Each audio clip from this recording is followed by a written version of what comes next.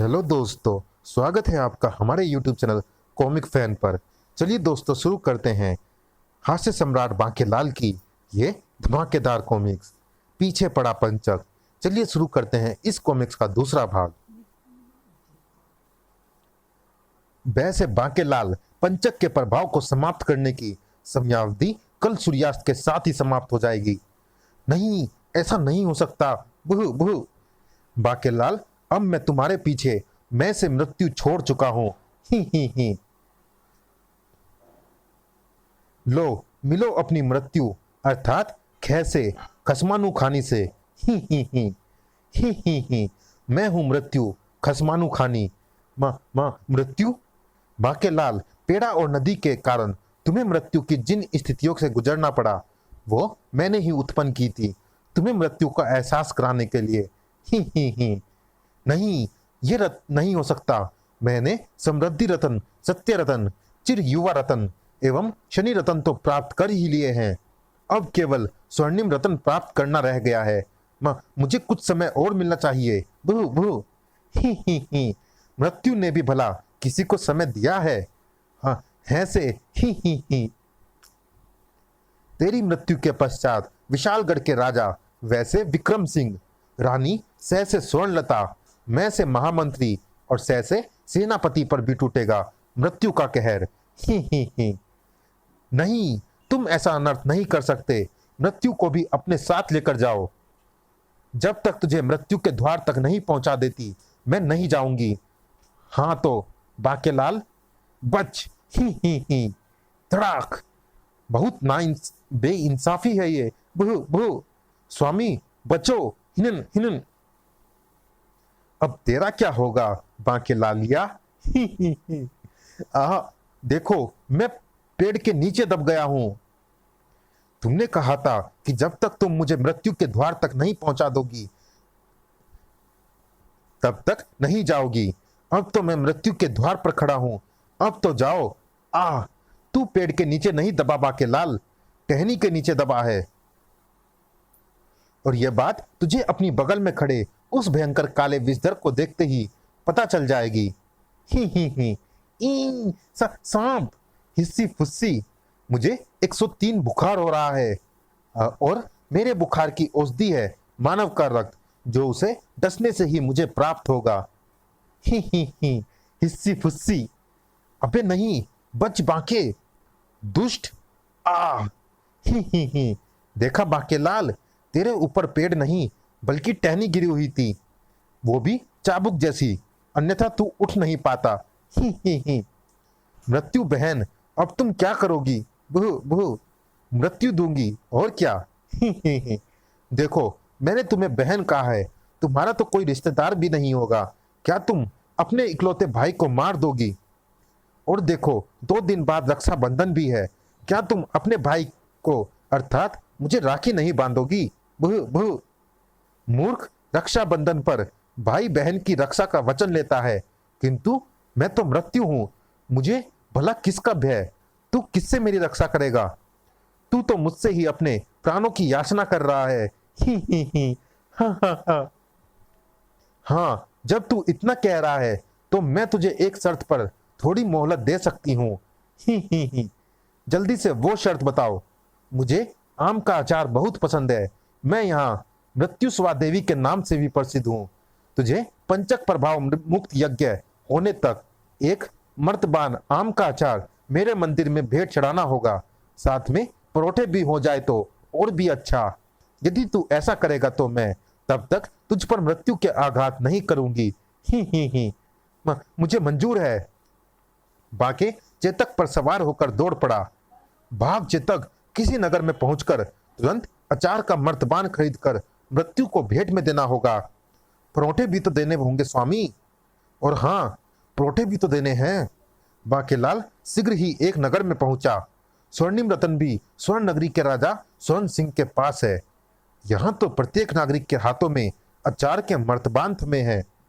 चेतक, लगता है यहाँ हमारा काम सरलता से बन जाएगा। ही। अरे सुनो भाई, मुझे एक मर्तबान आम के अचार की आवश्यकता है। क्या तुम अपना अचार का मर्तबान मुझे बेचोगे? एक मर्तबान आम का अचार? यहाँ तो कोई तुम्हें अचार की एक फाड़ी तक भी नहीं देगा। ही। वो देखो, वो मृत्युस्या देवी खसमानू खानी का मंदिर है।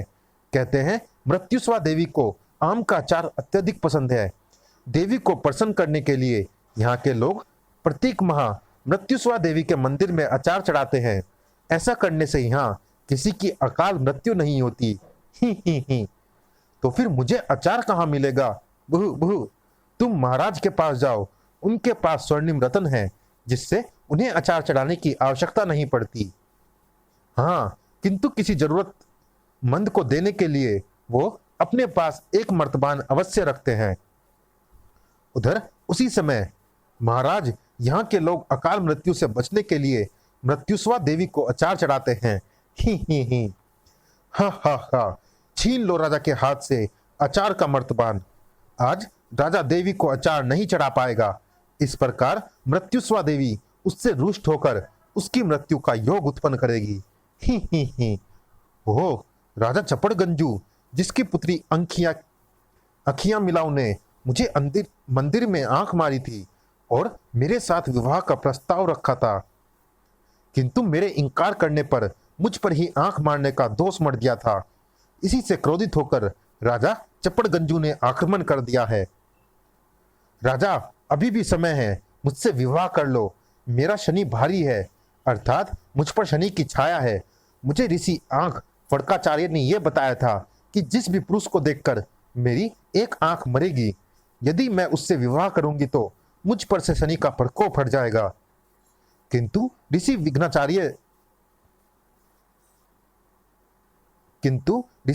विघ्न टालाचार्य ने मुझे यह बताया है कि यदि मैं आंख मारने वाली कन्या से विवाह करूंगा तो उसकी शनि की छाया मुझे जकड़ लेगी और मेरा अनर्थ करेगी। अतः मैं तुमसे विवाह नहीं कर सकता। राजा, ता फिर त्वड्डा की होऊं? ही। गुर्र। अरे, अचार का मर्तबान क्यों छीन रही हो? शाबाश पुत्री, तुमने मर्तबान छीन लिया। ही। अब यह अचार मैं खाऊंगी। भागो, हमारा काम हो गया, अब मरेगा राजा। ही। अरे, मैं अचार के कारण नहीं मरने वाला। मेरे पास स्वर्णिम रत्न है जिसके कारण मुझे मृत्यु नहीं आ सकती। मेरा मुंह क्या देख रहे हो? उन्हें रोको। उनकी यह मजाल कि मेरे हाथ से अचार लेकर भागे। उसमें अचार का मर्तबान वापस लेकर आओ। बुहु। किंतु हम देवी को अचार चढ़ाए बिना यहां से नहीं जा सकते। तो फिर मैं उनका पीछा करता हूं। बुहु। महाराज, शत्रुओं की सेना के पीछे अकेले मत जाइए। ठीक उसी क्षण बाकेलाल घोड़ा दौड़ाता हुआ वहां आ पहुंचा। बचाओ बचाओ! चेतक, ये सब लोग बचाओ बचाओ क्यों चिल्ला रहे हैं? और इन सब के हाथों में तो अचार के मर्तबान भी है। ही। क्यों भैया, तुम लोग बचाओ बचाओ क्यों चिल्ला रहे हो? अकाल मृत्यु से बचने के लिए हम लोग यहाँ मृत्युस्वा देवी को अचार चढ़ाते हैं, किंतु राजा को अचार चढ़ाने की जरूरत नहीं पड़ती क्योंकि उसके पास है स्वर्णिम रत्न। राजा चपड़गंजू और उसकी पुत्री हमारे महाराज के हाथ से अचार छीन कर ले गए हैं। हमारे महाराज अकेले ही शत्रुओं के पीछे चले गए हैं। उनके प्राण संकट में हैं। यह सुनते ही बांकेलाल ने अपना घोड़ा भी उसी दिशा में दौड़ा दिया। भाग चेतक, हमें अचार राजा ही देगा, उसे बचाना होगा। राजा स्वर्ण सिंह शत्रुओं का पीछा करते हुए अपनी सीमा से बाहर आ गए। तब, राजा, अचार का मर्तबान मुझे वापस दे दे। राजा स्वर्ण सिंह, वो देखो, तुम्हारा अचार हमारे खेमे में उपस्थित सैनिक और मेरी पुत्री प्रोठो के साथ खाएंगे। ही। नहीं, अभी भी समय है महाराज, मुझसे विवाह कर लो। ही। दोनों राजाओं की तलवारें आपस में भिड़ गई। ओह, मेरी तलवार! खनाक! फिर इससे पूर्व के राजा चपड़गंजू तलवार के प्रहार से राजा स्वर्ण सिंह की गर्दन काट देता। सड़ाक! अगले ही पल बांकेलाल ने फंदा फेंककर राजकुमारी के हाथ से छीन लिया अचार का मर्तबान भी। घबराइए नहीं महाराज, और अचार की चिंता छोड़कर जान बचाइए। मेरा नाम बांकेलाल है और यह है मेरा घोड़ा चेतक। चेतक, तू भी भाग। अरे, पकड़ो उन्हें!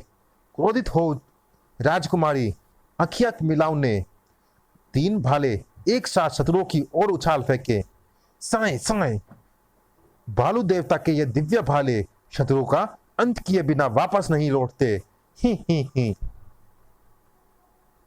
दिव्य भाले बांकेलाल व राजा स्वर्ण सिंह के पीछे लग गए। बांकेलाल, तीन भाले हमारा अंत करने के लिए हमारे पीछे उड़े आ रहे हैं। बुहु बुहु। क्या? मगर तीन क्यों? ये तीन भाले हमें मारने के लिए हमारा पीछा भी कर रहे हैं। अवश्य ही ये दिव्य भाले हैं और हमारा अंत करके ही रहेंगे। साए साए, अभी तक हमने खसमानू खानी को अचार और पराठे नहीं खिलाए हैं, अतः ये भाले हमें मार भी सकते हैं। बुहु बुहु। चेतक, उन अपदा की होऊंगा। बुहु बुहु। चेतक, कमबख्त आगे क्यों नहीं देखा? दाड़ आह। भाले इधर उधर झाड़ियों में जाकर गिरे। आ ग्र, उन अपदा कुछ नहीं हो सकता है। ग्र। भालों ने झाड़ियों में छुपे शेर को मार डाला, किंतु ये तो हमें मारते आ रहे थे। बुहु बुहु। पिताश्री, मेरे रहते भला उन भालों की क्या बिसात थी जो आपको आकर लगते। ही। छेला तुम? हाँ, आपने पुकारा और हम चले आए। ही। इस कमबख्त को मेरे संकट में फंसे होने की सूचना किस प्रकार मिल जाती है? भाले राजकुमारी के शत्रुओं का अंत करके ही लौटने थे। भाले वापस लौट रहे हैं क्योंकि सिंह तो सभी के शत्रु होते हैं। ही। देखते ही देखते छेला भी गायब हो गया, तो फिर मैं भी चलता हूं। ही। राज्य में वापस पहुंचने के बाद बांके ने अचार का मर्तबान वापस राजा स्वर्ण सिंह को सौंप दिया। तुमने मेरे प्राण बचाए, बताओ मैं तुम्हारे लिए क्या कर सकता हूं? मुझे एक मर्तबान अचार और कुछ पराठों की आवश्यकता है। ही। बांकेलाल, यह लो अचार का बड़ा मर्तबान और पराठे। ही। बांकेलाल ने अचार पराठे मृत्युस्वा देवी के मंदिर में चढ़ा दिया। मृत्युस्वा देवी को अचार व पराठों की भेंट स्वीकार हो। ही। तभी, बांकेलाल, तेरी ये भेंट मैं स्वीकार नहीं करूंगी। मैं तुझसे रुष्ट हूं। मंदिर का घंटा तेरे सिर पर गिरने से तेरी तुरंत मृत्यु हो जाएगी। गुर्र। मगर क्यों? क्योंकि तूने राजा स्वर्ण सिंह के प्राण बचाए हैं। वो तो मैंने अचार और पराठे उससे प्राप्त करने के लिए ऐसा किया है। बुहु बुहु।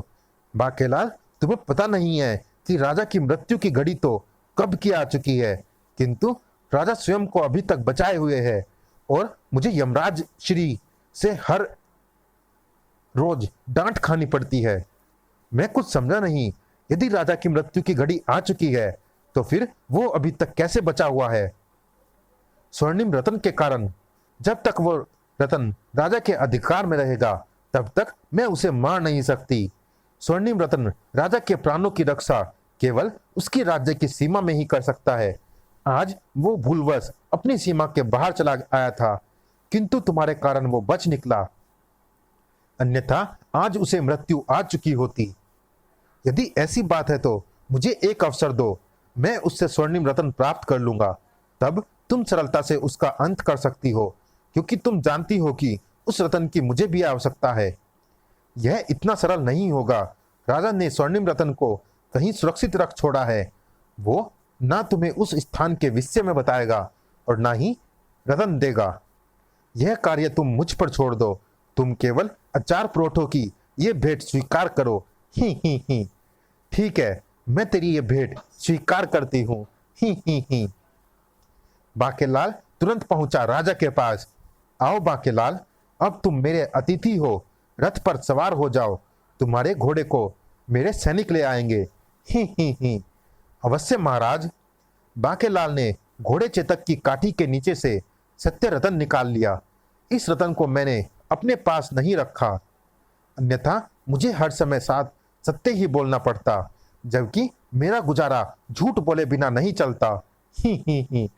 इस रतन की मदद से राजा सत्य बोलेगा और सत्य के सिवाय कुछ नहीं बोलेगा। ही। तब महाराज मुझे अतिथि बनाने से पहले ये भेंट स्वीकार करे। ही। वाह, ये तो बहुत सुंदर रतन है। ये तो उस सुंदर रतन के सम्मुख कुछ भी नहीं है महाराज। जैसा आपके पास है, अर्थात स्वर्णिम रत्न। ही ही ही। हाँ बाकेलाल, ये स्वर्णिम रत्न से तो सुंदर नहीं है। ही ही ही। आपने उस रत्न को कहाँ रखा है?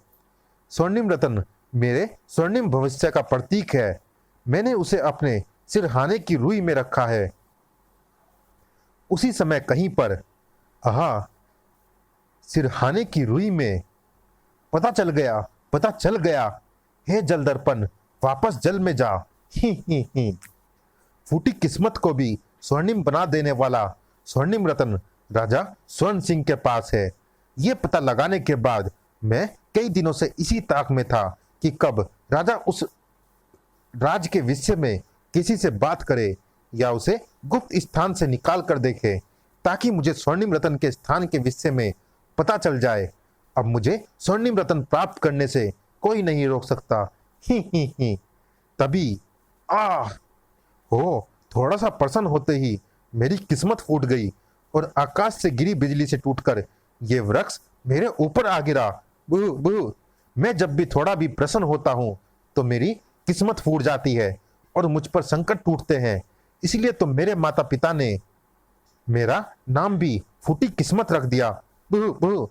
ओह, शिकार सामने ही है। आ जाओ बच्चों। ग्र। अजी, थोड़ा सा दिमाग से काम लो, राक्षस है, जान ले लेगा। चलिए दोस्तों, इस भाग में इतना ही। ये रोमांचक कॉमिक जारी है अगले भाग में भी। मिलते हैं इसी कॉमिक्स के अगले और अंतिम भाग में। तब तक के लिए धन्यवाद।